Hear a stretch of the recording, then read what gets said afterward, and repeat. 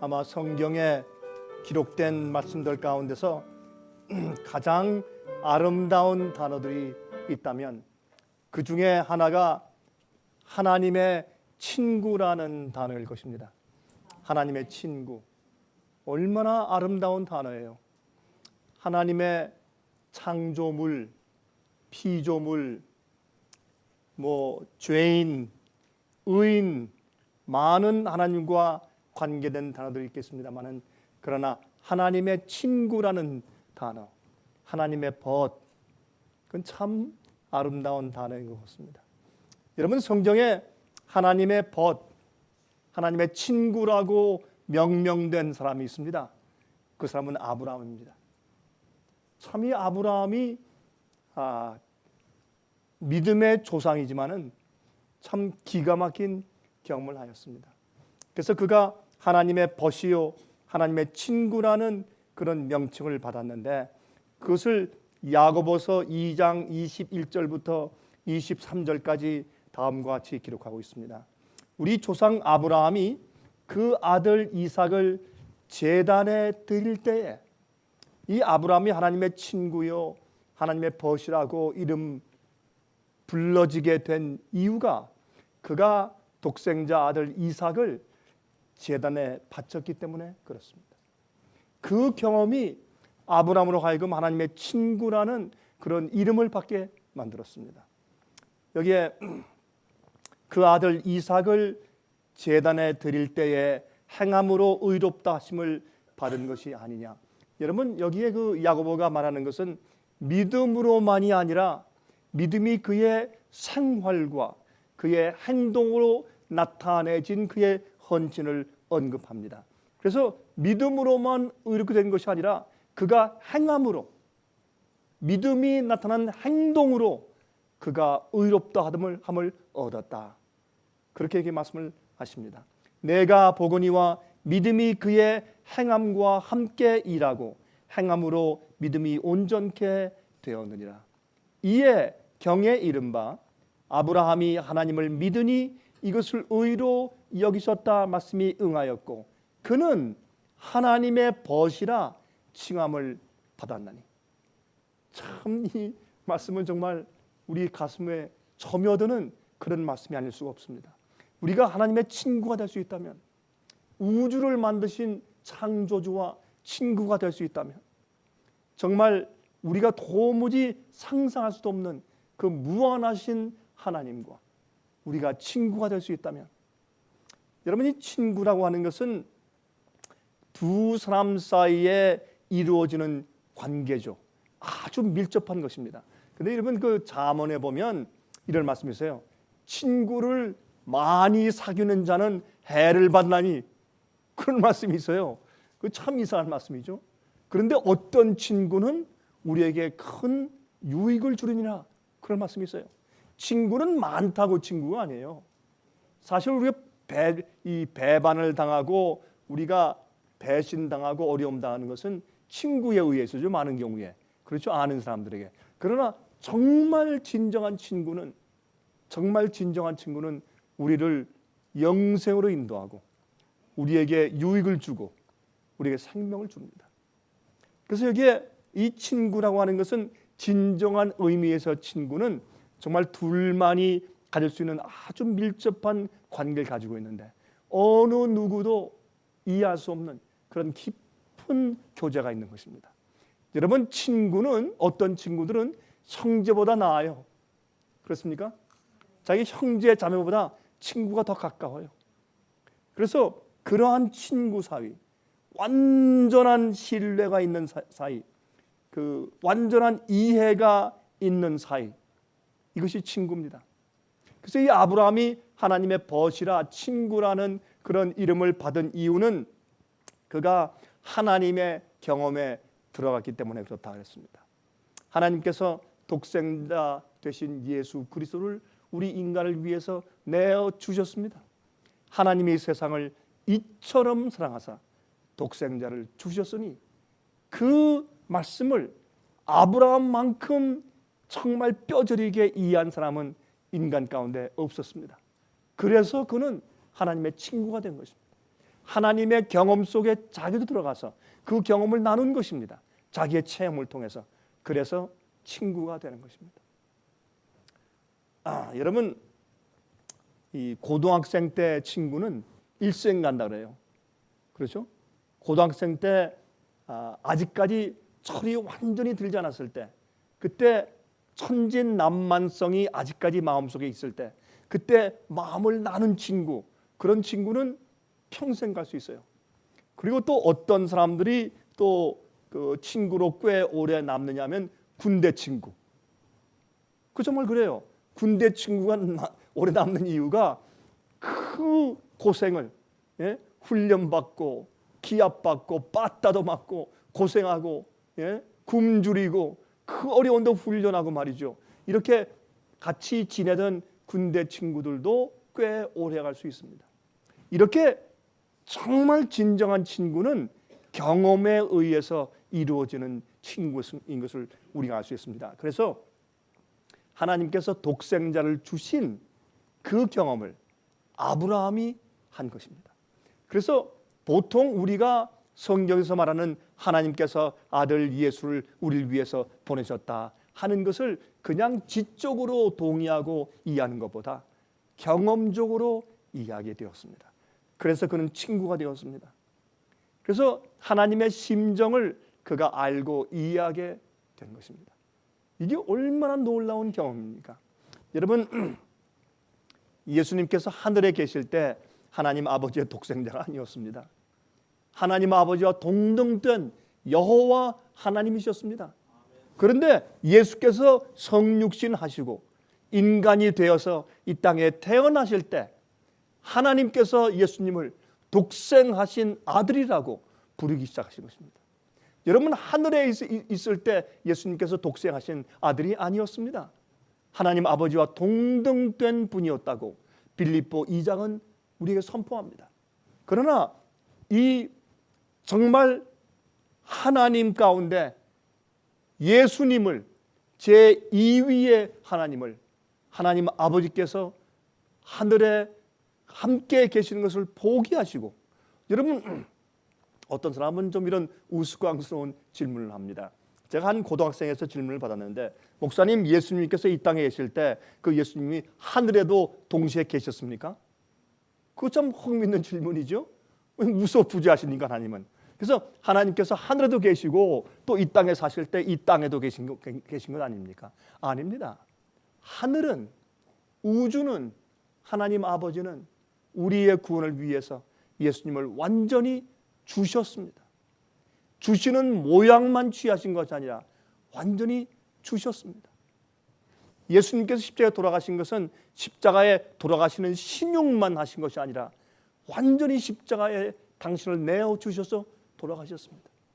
그러므로 이 독생하신 예수 그리스도를 이 땅에 있게끔 하신 것은 하늘이 예수님 하나님을 완전히 내어놓고 주고 포기한 것입니다. 다시 말해서 이제 앞으로 어떻게 될 것을 그들은 가늠할 수가 없었습니다. 완전히 내어준 것입니다. 아브라함이 아들을 데리고 3일 길을 걸어서 모리아산까지 갔습니다. 그는 3일 동안 가면서 하나님이시여 천사를 보내주셔서 하나님께서 실수하셨다고, 하나님 그 명령을 취소하신다는 말씀을 한마디만 해주십시오. 그 괴로움을 가지고 이 할아버지가 모리아산까지 걸어갔습니다. 걸어갈 때 그 이제 모리아산 밑에서 그 종들에게 말하기를 너희들 기다리라. 내가 가서 하나님께 번제를 드리고 내 아들과 함께 돌아오리라. 그렇게 말을 했어요. 그는 자기 아들이 혹시 죽어도 하나님께서 그 산 위에서 다시 부활시키실 것을 믿었어요. 그리고 아들을 데리고 올라갔습니다. 올라갈 때 이 아브라함은 이런 질문을 받습니다. 아들에게서. 아버지, 참 이상합니다. 아버지께서 이런 실수를 하신 적이 없는데 여기에 번제할 나무도 있고, 번제할 불도 있고 다 있는데 어떻게 번제할 양이 없습니까? 아니 양도 없이 번제로 어딜 가십니까? 어떻게 이런 실수를 다 하십니까? 그때 아브라함이 야훼 이래, 여호와께서 준비하실 것이다. 또 올라가다 또 묻습니다. 그런데 히브리의 성경 가운데는 기록되어 있지만은 어떤 성경에도 번역할 수 없는 그런 문구가 있는데 그것은 뭐냐면 깊은 한숨과 그 다음에 정적입니다. 침묵입니다. 아버지 어떻게 양을 안 가져오셨습니까? 할 때 이 아버지 아브라함은 목이 메어서 말할 수가 없어요. 목이 콕 메이니까 말할 수 없으니까 그 참으면서 잠깐 정적이 흐르고 침묵이 흐르는 것입니다. 그것은 히브리 가운데는 기록되어 있지만은 어느 성경에도 그 말씀은 번역할 수가 없습니다. 그 아브라함의 침묵, 뭐라고 답변할 수 없는 가슴 메어지는 그 아픈 고통, 예? 거기에서 그는 무엇을 이해했는가? 하나님 아버지의 고통을 이해했습니다. 처음엔 몰랐지만 나중에 이것이 무엇을 의미하는지 그는 알았습니다. 예수님께서 십자가에서 우리를 위해서 팔을 벌리실 때 하나님 아버지께서 느끼신 그 고통, 아무 말 할 수 없이 정말 목이 메오는 그 고통과 슬픔, 그 하나님의 침묵을 아브라함은 이해한 겁니다. 여러분, 그래서 그는 하나님의 벗이 되었습니다. 나중에 이제 올라가서 이 정말 이삭을 붙잡고 하나님께서 너를 들여서 번제로 삼으라고 하셨다. 참 그때 이 아버지와 아들의 심정이 어떠했겠습니까? 우리가 멋있는 아이들의 동화처럼 그 말씀을 읽지만은 그러나 그것은 정말 인간으로서는 최고의 최절정의 그런 정서적인 경험이었을 것입니다. 그때의 그 고통과 그 회화는 이루 말할 수 없었을 것입니다. 그 경험을 그는 어떻게 했습니까? 하나님을 이해하는 측면에서 경험하게 된 것입니다. 그것이 아브라함으로 하여금 하나님의 친구가 되게 만들었습니다. 여러분, 아브라함이 칼을 들어서 정말 이 자기 아들의 목을 치려고 할 때 그는 쇼를 하지 않았어요. 진짜 칼을 들었습니다. 하나님께 맡기면서 주의 명령을 듣고 그 명령을 이해하는 순종하는 마음으로 아들을 쳐서 죽이려고 했습니다. 그것은 진짜 번제였습니다. 그때 하나님께서 어떻게 했습니까? 아브라함아, 아브라함아, 아브라함 됐다. 이제 그만해라. 그렇게 말씀하신 하나님께서 예수님께서 십자가 돌아가실 때 어느 천사도 내려와서 예수님 이제 됐습니다.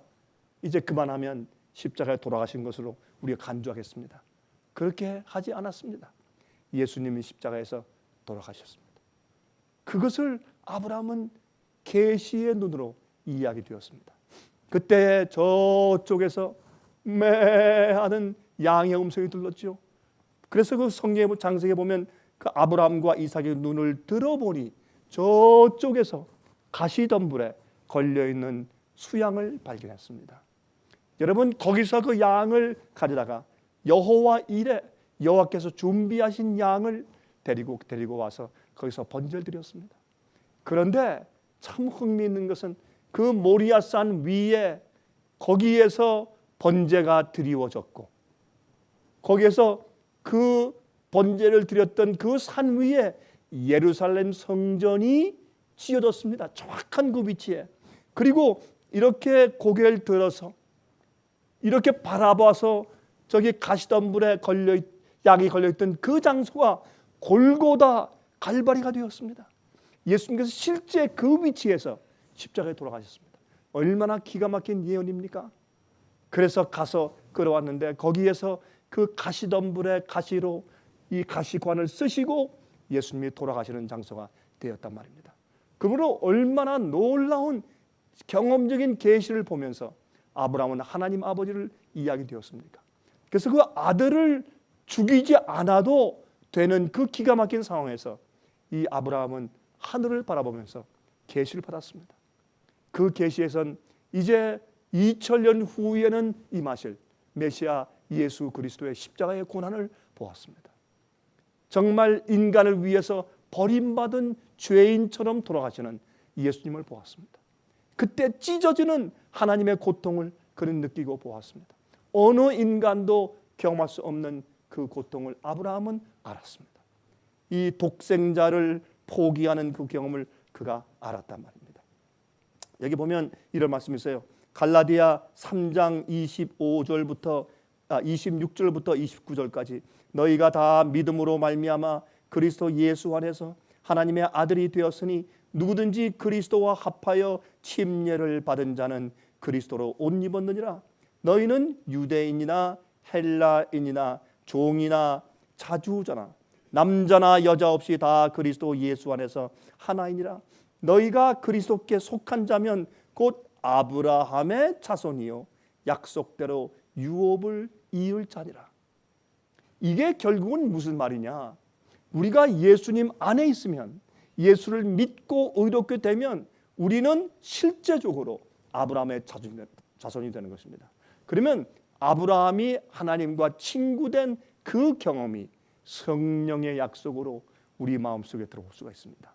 그러면 우리도 하나님의 벗이 되어야 합니다. 하나님의 벗이 되지 못한 자들은 하늘에 있지 못할 것입니다. 그래서 아브라함의 이 경험은 곧 우리의 경험이 되어야 할 것을 여기서 우리가 이해하게 되는 것입니다. 요한복음 15장 13절부터 15절까지 이런 말씀이 기록되어 있어요.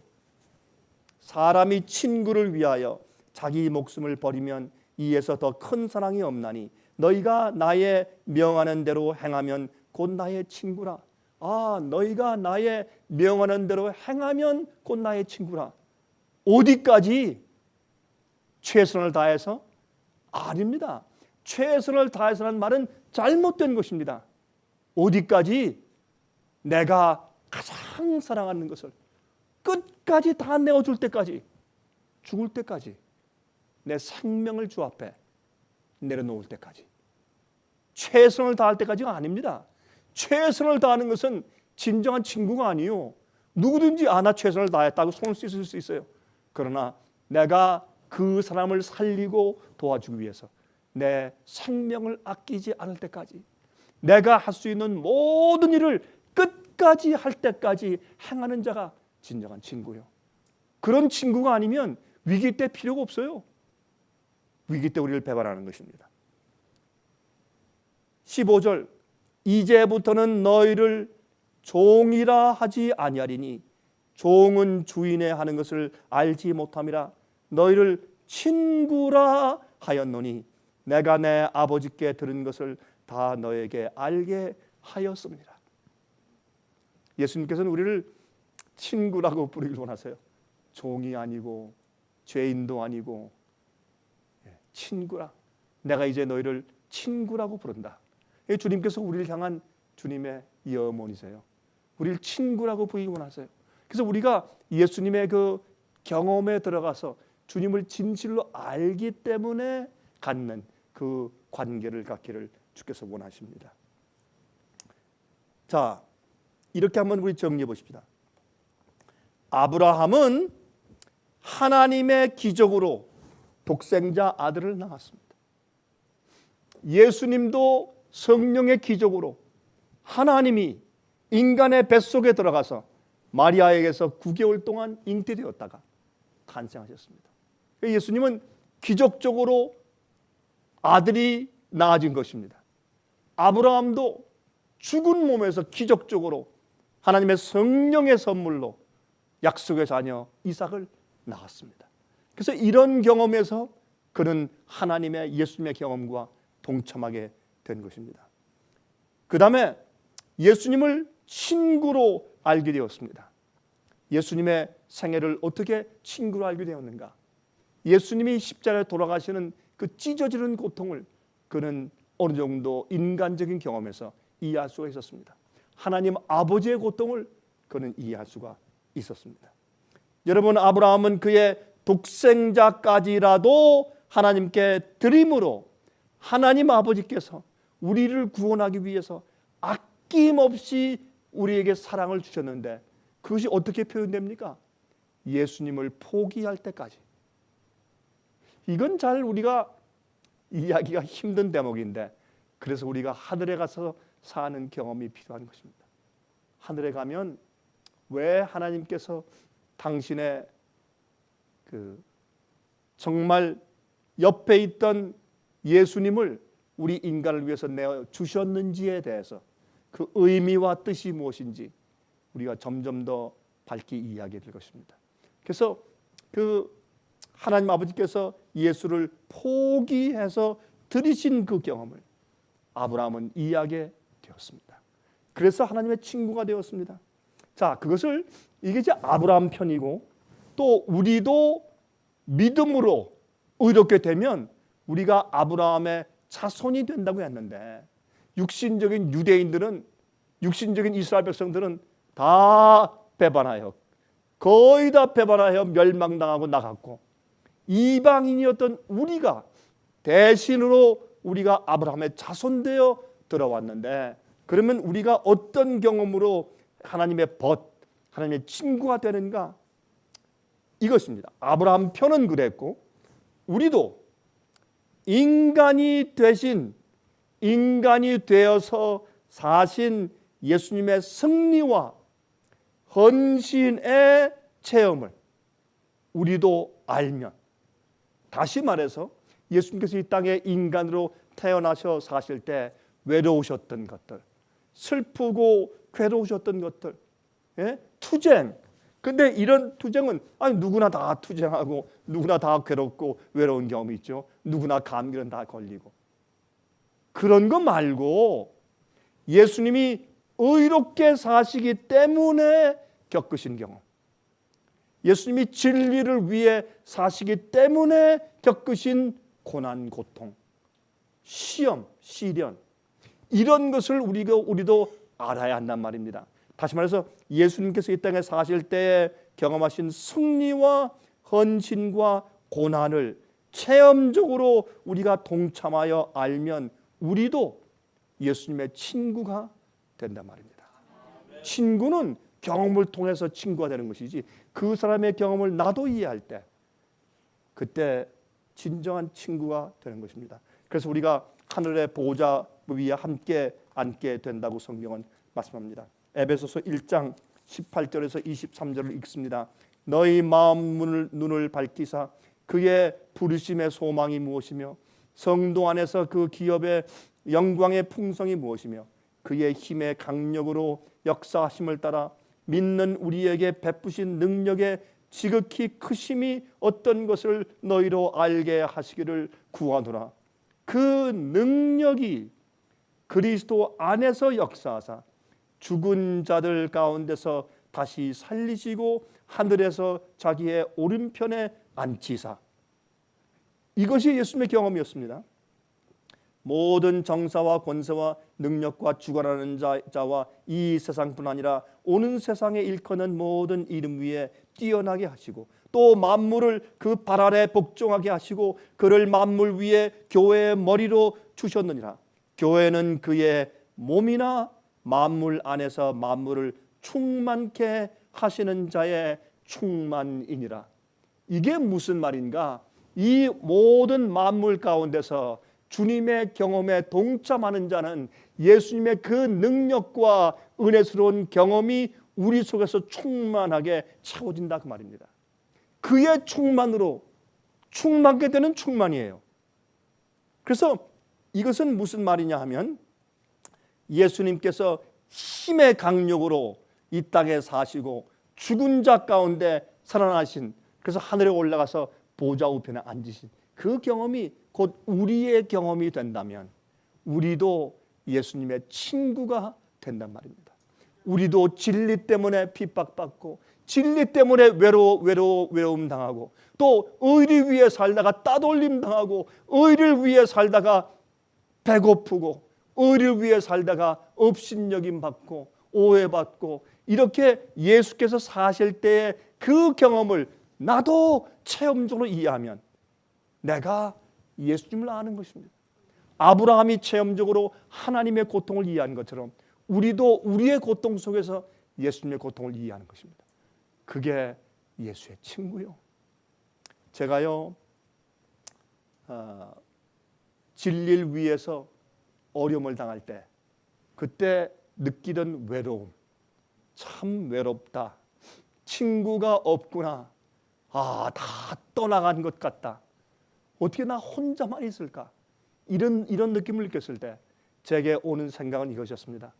아, 참 예수님이 내게 가까이 계시구나. 그 어느 때보다 그 외로움 속에서 저는 우리 주님을 제게 가장 가까이 계시는 분으로 제가 느끼게 되었습니다. 아, 이것이 예수님의 외로움이셨구나. 항상 예수님 주위에는 수백 명이 있었습니다. 12 제자가 있었습니다. 예? 막달라 마리아 같은 헌신적인 사람이 있었고 나사로 같은 사람이 있었어요. 그러나 예수님은 항상 외롭게 지내신 분이었는데 그분이 사시는 의와 진리 때문에 예수님은 항상 정죄받고 배척받는 분이셨습니다. 항상 마귀의 공격의 표적이었습니다. 그래서 예수님은 외로우신 분이었습니다. 우리가 이 땅에서 그렇게 살아보면 우린 주님의 친구가 된단 말입니다. 우리도 의 때문에, 진리 때문에, 하나님 때문에 우리도 죽는 경험을 하는 것입니다. 하나님이 이 땅에 오셔서 우리를 위해서 죽으셨다면 우리도 그분을 위해서 죽는 것입니다. 그분을 위해서 못할 일도 없고 그분을 위해서 드리지 못할 것이 없는 것입니다. 그렇게 하면 이게 무엇입니까? 예수께서 이 땅에 오신 하나님의 충만하심, 그 충만의 그 성격이 내 속에 들어와서 나를 충만케 하는 것입니다. 그러면 무엇입니까? 우린 예수님의 친구입니다. 그래서 오늘 제 설교 제목이 하나님의 친구입니다. 우리 이렇게 해서 하나님의 친구가 되는 것이에요. 에베소 2장입니다. 2장 1절부터 7절에 너희의 허물과 죄로 죽었던 너희를 살리셨도다. 그때 너희가 그 가운데서 행하여 이 세상 풍속을 쫓고 공중의 권세 잡은 자를 따랐으니 곧 지금 불순종의 아들들 가운데 역사하는 영이라. 과거에 그랬단 말이죠. 전에는 우리도 다 그 가운데서 우리 육체의 욕심을 따라 지내며 육체와 마음에 원하는 것을 하여 다른 이들과 같이 본질상 진노의 자녀이었더니, 보세요. 예수님의 성육신은 무엇입니까? 인간의 육체 플러스 성령의 충만함이에요.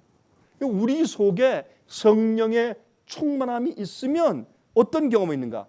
4절부터 이런 말씀이 있어요. 우리가 육체로만 살 때는 과거에는 본질상 진노의 자녀였었는데 여기에 4절부터 긍휼에 풍성하신 하나님이 우리를 사랑하신 그 큰 사랑을 인하여 허물로 죽은 우리를 그리스도와 함께 살리셨고 너희가 은혜로 구원을 얻은 것이라 또 함께 일으키사 그리스도 예수 안에서 함께 하늘에 앉히시니. 사도 바울은 이 경험을 과거로 기록했어요. 우리가 예수님 안에서 죄를 용서받고 우리가 부활의 경험을 하면 우리는 하늘에서 하나님 보좌 우편에 앉은 것과 다름이 없는 것입니다. 이미 앉았다.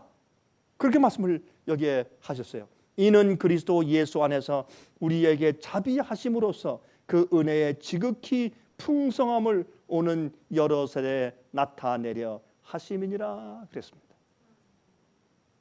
예. 그래서 우리가 예수님의 사랑에 깊이 뿌리를 박으라. 그렇게 사도 바울은 우리 위해서 기도하신 것입니다. 참 오늘날 친구들은요, 많은 경우에 의리가 없습니다. 그렇죠? 정말 의리 있는 친구를 발견하기가 쉽지 않습니다. 그러나 하나님은 믿는 자들에게서 생명까지 바치는 의리 있는 친구들을 마지막 시대에 많이 발견하실 것입니다. 우린 그들 속에 포함되어야 합니다. 여러분, 사실 이 복음의 결론은 주님께서 우리를 어떤 사람 되기를 기대하시는가? 14만 4천 같은 사람들입니다. 복음으로 그저 겨우 구원받아서 하늘문에 살짝 들어가는 사람들은 아니고 주님께서 복음으로 우리를 구원하시는 목적은 우리는 14만 4천처럼 흠없는, 입에 거짓이 없는 거룩한 자들이 되게 하시는 것이 주님의 목적입니다. 그것이 우리의 이제 표준입니다. 유대인들은 저들의 조상 아브라함을 하나님의 친구라고 자랑스럽게 불렀어요. 우리는 하나님의 친구의 자손들이다 이렇게 불렀어요. 이거 보세요. 역대하 20장 7절 우리 하나님이시여 전에 이 땅 거민을 주의 백성 이스라엘 앞에서 쫓아내시고 그 땅으로 주의 벗 아브라함의 자손에게 영원히 주지 아니하셨나이까. 주님이시여 하나님의 친구 아브라함에게 주신 땅을 우리에게 주신 거 아닙니까? 우리 조상 아브라함은 하나님의 벗이 아닙니까? 이렇게 항상 기도할 때 그들은 자랑스럽게 불렀어요. 그러나 그들의 속사람은 하나님 친구가 아니었습니다. 항상 하나님을 배반할 수 있는 여지가 그들 마음속에 다 들어있었어요. 그래서 여기서 우리가 어떤 것을 생각해야 될까요? 우리 마음속에 혹시 어떤 기회가 오면, 어떤 입장이 되면 하나님을 배반할 수 있는 여지가 있을까? 그러한 여지가 있을까? 그러한 생각이 있을까? 예? 그런 가능성이 있을까? 여러분 물론 누가 아느냐 모르지 그렇게 말할 줄 모르지만 적어도 우리 마음의 순수성은 내가 알 수 있죠. 내가 어떤 마음을 가지고 하나님을 대하는가 우리가 알 수 있는 것입니다. 그래서 요한계시록 14장 1절부터 5절 이 말씀을 읽고 이제 마쳐야 되겠습니다. 여러분 아십니까? 여기에 요한계시록 14장 1절부터 5절 보면 이런 말씀이 기록되어 있죠. 13만 4천에 대해서 또 내가 보니 보라 어린 양이 시온산에 섰고 그와 함께 14만 4천이 섰는데 이게 뭐예요? 어린 양의 친구입니다. 예수님과 함께 서 있는 것입니다. 그 이마에 어린 양의 이름과 그 아버지의 이름을 쓴 것이 있도다. 내가 하늘에서 나는 소리를 들으니 많은 물소리도 같고 큰 내송도 같은데 내게 들리는 소리는 검은 곳 타는 자들의 그 검은 곳 타는 것 같더라. 저희가 보좌와 내 생물과 장로들 앞에서 새 노래를 부르니 땅에서 구속함을 얻은 14만 4천인 밖에는 능히 이 노래를 배울 자가 없더라. 이게 뭡니까? 경험의 노래 아니에요. 경험의 노래. 그렇죠? 그들 이외에는 이런 노래를 부를 사람이 없어요. 이 사람들은 여자로 더불어 더럽히지 아니하고 정절이 있는 자라. 친구죠. 예? 의리가 있어요. 정절이 있는 자라. 어린 양이 어디로 인도하든지 따라가는 자며. 친구입니까? 친구입니다. 사람 가운데 구속을 받아 처음 익은 열매로 하나님과 어린 양에게 속한 자들이니 그 입에 거짓말이 없고 흠이 없는 자들이더라. 여러분 여기에 이런 말씀이 있어요. 사람 가운데 구속을 받아. 아니 누구나 구원받은 사람들은 사람 가운데서 구속을 받은 사람들이죠. 그런데 14만 4천 이 문제는 그런 뜻이 아닙니다. 그 당시에 마지막 시대에 7장이 내리는 그 마지막 그 환란 시대에 그때에 살아있는 그 인간들 속에서 죽지 아니하고 죽음 맛보지 않고 구속을 받아 하늘에 올라갔다 그 말이에요. 죽지 않는 사람들이에요. 그런 뜻이에요 여기는. 그런데 이 표현을 가만히 읽어보니까 이들은 어린 양의 성품을 가진 아버지의 인을 가진 사람들이구나. 하나님의 벗입니다. 하나님의 친구입니다. 인간 역사의 맨 마지막 부분에 하나님의 고통과 진리를 위해서 받는 핍박과 의롭게 살다가 당하는 환난이 무엇인지를 그들만큼 깊이 이해하는 사람들이 없어요. 그들이 부르는 노래처럼 그렇게 부를 사람들이 없어요. 여러분 우리도 아직 모르는 것이 우리가 그 환난에 아직 들어가 보지 못했기 때문에 그러나 그 환난에 들어가도 변치 않는 마음을 가지고 하나님의 친구가 될 수 있는 그 마음 상태는 지금 여러분과 제 마음 가운데 있어야 합니다. 지금 우리 마음속에 그 마음이 있어야 합니다. 여러분 여기 보세요. 요한복음 14장 1절부터 3절 보시면 내 아버지 집에 거할 곳이 많도다. 그렇지 않으면 너에게 일렀으리라. 내가 너희를 위하여 처소를 예배하러 가노니 가서 너희를 위하여 처소를 예배하면 내가 다시 와서 너희를 내게로 영접하여 나 있는 곳에 너희도 있게 하리라. 하나님의 친구입니다. 친구를 향한 약속입니다. 너희는 나의 친구라.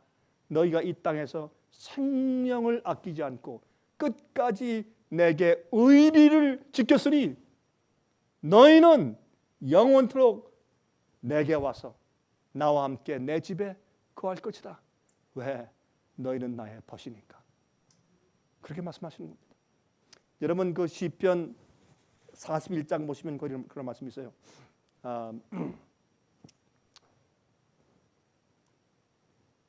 내가 신뢰하던 자, 나의 떡을 먹던 자가 나를 대적하여 발꿈치를 들었나이다. 예수님께서 가룟 유다가 어떻게 배반할 것을 미리 예언하시면서 시편 41장에 그렇게 기록해 두었어요.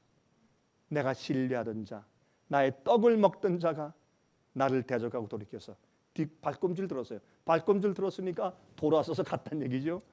예. 이제 곧 하나님께서 누가 진정한 의리를 가지고 하나님을 위해 사는 자인지 주께서 곧 아실 것입니다. 여러분, 저는 이렇게 생각합니다.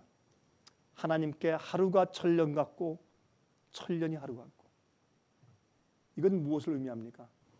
하나님의 오래 참으심은 우리의 구원입니다.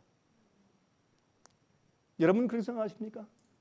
하나님의 오래 참으심이 우리의 구원이 되었습니다. 주님은 우리를 향해서 10년 참으시고 20년, 30년, 50년 참으셨기 때문에 그 인내하심이 우리의 구원이 되어버렸습니다. 하나님에게 하루는 천년 같고 천년이 하루처럼 참으신 겁니다. 두 번째 또 뜻이 있습니다. 하나님은 천년 동안 이루셔야 할 일을 하루 만에 이루실 수 있어요. 그것이 무엇입니까? 오순절입니다. 오순절 하루에 성령을 부어주시니까 인간들이 천년 동안 준비해도 할 수 없는 그 일을 하루에 이루셨어요. 이것이 하나님이세요. 하나님의 오래 참으실, 천년을 하루처럼 인내하며 참으셨어요. 지금까지 오셨습니다. 우리의 구원을 이루셨습니다. 자, 이제 어떤 일이 이루어질까요? 하루가 천년처럼 이 말씀이 이루어져야 돼요. 이제는 사람이 오랫동안 6천년 동안 준비해 왔어도 이루지 못했던 인간의 힘, 하나님께서는 하루 동안 복음 사업을 마치실 것입니다. 큰 능력을 통해서 이루실 것입니다. 그때 주님께서 당신의 벗들을 뿌리실 텐데, 제가 이번 주에는 제가 이 말씀을 연구하면서 왜 그런지 이 대목이 제 가슴에 와서 닿아요. 하나님의 벗. 제가 이 말씀을 읽다가 하나님의 벗, 하나님의 친구, 그 대목이 얼마나 제 가슴에 와서 닿는지, 그래서 그것으로 제가 짧게 좀 말씀을 좀 준비한 것입니다. 여러분이시여, 이제 우리가 주님의 떡에 참여하고 주님의 잔에 참여할 때 우리는 우리의 운명이 바뀌어야 합니다. 배반하여 뒤꿈치를 드는 자가 되든지, 아니면 주님의 만찬에 참여하여 주님의 성품에 참여하고 주님의 피를 받아 예수님과 하나가 되어 주님의 친구가 되든지 우리는 결정을 지어야 합니다. 그런 정말 영적인 경험이 우리 마음 가운데 들어오기를 간절하게 바랍니다. 자비하신 하늘에 계신 우리 아버지, 우리 마음속에 하나님의 은혜가, 오래 참으시는 은혜가 우리 속에 항상 역사하셔서 저희를 구원하셨음을 감사합니다. 주님께서 이렇게 오래 참아주지 않으셨으면 어떻게 할 뻔했습니까? 또 한 가지 우리가 기대합니다. 주님께서 하루 만에 사업을 마치시는 놀라운 능력을 기대합니다. 주님과 하나가 되었을 때 우리 속에 역사하시는 능력, 세상을 뒤집어 엎는 복음의 파워를 우리는 기대합니다. 주여 저희를 도와주셔서 하나님의 벗이 되게 하시고 주님의 마음을 체험적으로 이해하는 친구 되게 저희를 도와주시옵소서. 예수 그리스도 이름으로 간절하게 기도합니다. 아멘.